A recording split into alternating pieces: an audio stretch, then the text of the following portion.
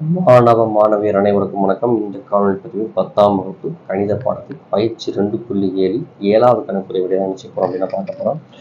ஒரு பெருக்கு தொடர் வரிசையின் 8வது உறுப்பு 768 மற்றும் பொது விகிதம் 2 எனில் அதன் 10வது உறுப்பை காண்க. ஃபர்ஸ்ட் கணக்குல என்ன கொடுத்துருக்காங்கிறத எடுத்து எழுதிக்கிடுவோம். 8வது உறுப்பு கொடுத்துட்டாங்க. அது எவ்வளவு அப்படின்னா 768. அப்ப T8 = 768. பொது விகிதத்தை நம்ம எதில் குறிப்போம்? R அப்படிங்கிற டர்ல குறிப்போம். பொது விகிதம் எவ்வளவோ அப்படின்னா 2 எனில் அதன் 10வது உறுப்பு T10 தான் நம்ம என்ன செய்ய போறோம் அப்படின்னா கண்டுபிடிக்க போறோம். சரிங்களா? அப்ப நமக்கு என்ன தெரிஞ்சா நம்ம T10வது உறுப்பு கண்டுபிடிக்கலாம் அப்படின்னா கணக்குல R கொடுத்துட்டாங்க. நமக்கு என்ன தெரியாது அப்படின்னா ஏ தெரியாது. அப்ப நம்ம ஏ கண்டுபிடிச்சிட்டோம் அப்படின்னா ஏவையும் ஆரையும் டிஎன் ஃபார்முலா அப்ளை பண்ணியாச்சு அப்படின்னா நமக்கு என்ன கிடைச்சிடும் அப்படின்னா 10வது உறுப்பு கிடைச்சிடும். சரிங்களா? இப்போ நமக்கு என்ன தெரியும்? T8 = ஏ நமக்கு தெரியாது. வேற என்ன தெரியும்? நமக்கு ஆர் தெரியும். ஆர் எவ்வளவு அப்படின்னா 2. பவர் என்ன இருக்கு? n-1. என்னங்கிறது எத்தனாவது உறுப்பு கொடுத்துருக்காங்க? 8வது உறுப்பு கொடுத்துருக்காங்க. அப்ப என்ன எழுதுவோம் அப்படின்னா 8 - 1 = T8வது உறுப்புக்கு மதிப்பு என்ன கொடுத்துட்டாங்கப்பா? 768 கொடுத்துட்டாங்க. சரிங்களா? இப்ப எழுதுங்க. a × 2 8ல இருந்து 1 கழிச்சிங்கன்னா அடுக்கு எனக்கு என்ன வரும் அப்படின்னா 7ன்னு வரும். நமக்கு என்ன வந்திருக்கு? 768 வந்திருக்கு.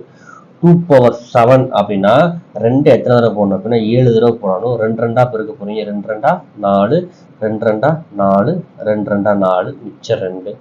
4 4 பெருக்குனீங்கன்னா 16, 4 2 இருக்கீங்கன்னா 8. இப்போ 16 × 8 எவ்வளவு அப்படின்னா 128. அப்போ நமக்கு எதுக்கு வேல்யூ கிடைச்சிருக்கு அப்படின்னா 2⁻7க்கு வேல்யூ வேணுது அப்படின்னா 128 = 768. இங்கிட்டு பெருக்கலா இருக்கிறது ஈக்குவல்ட்டுக்கு இந்த பக்கம் போகும்போது நமக்கு எதாப்பா மாறும்? வகுத்தலா மாறும். அப்போ 768/128. இதை நம்ம என்ன செய்ய போறோம் அப்படின்னா 2ஐயும் கேன்சல் பண்ண போறோம். எந்த பவர்ல கேன்சல் பண்ணலாம் அப்படின்னா 2வது பவர்ல கேன்சல் பண்ணலாம்ப்பா. அப்போ இதை நீங்க 2வது பவர்ல கேன்சல் பண்ணீங்கன்னா என்ன வரும் அப்படின்னா 64 கிடைக்கும். இந்த 768 2வது பவர்ல கேன்சல் பண்ணீங்க அப்படின்னா 384 கிடைக்கும்.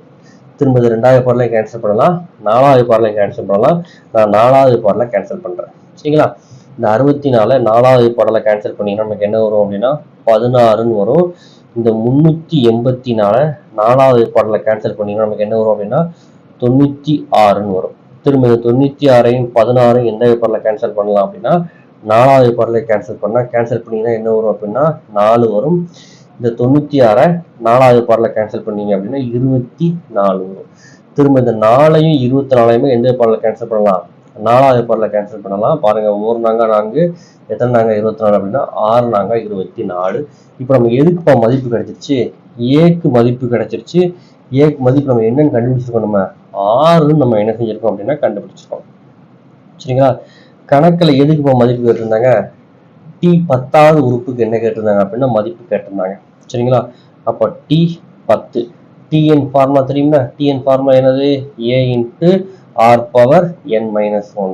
T10 = ஏங்கிறது கண்டுபிடிச்சிட்டோம். ஏங்கிறது என்னது அப்படின்னா 6 × ஆரோட மதிப்பு என்னன்னு கணக்கிலே கொடுத்தாங்க அப்படின்னா ஆருடைய மதிப்பு என்னது அப்படின்னா 2 × 2. அடுத்து என்னப்பா கொடுத்துருக்காங்க? n அப்படிங்கிற எத்தனாவது உறுப்பு? 10வது உறுப்பு. அப்ப எண்ணுக்கு பதிலாக என்ன போட போறோம் அப்படின்னா 10 - 1ன்னு எழுதுவோம். சரிங்களா?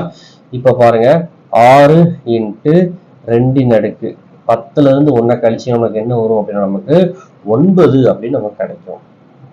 இப்போ 2⁻9னா 2⁻9. அதை 2 எத்தனை தடவை பண்ணணும்? 9 தடவை எழுதணும். சரிங்களா? எழுதுனீங்க எப்படின்னா 2 2 4, 2 2 4, 2 2 4, 2 2 4. இந்த 2 மட்டும் தனியா இருக்கு. அதை எழுதியாச்சு. இப்ப பாருங்க, 4 16, 4 16, மிச்சம் 2 எழுதியாச்சு. சரிங்களா?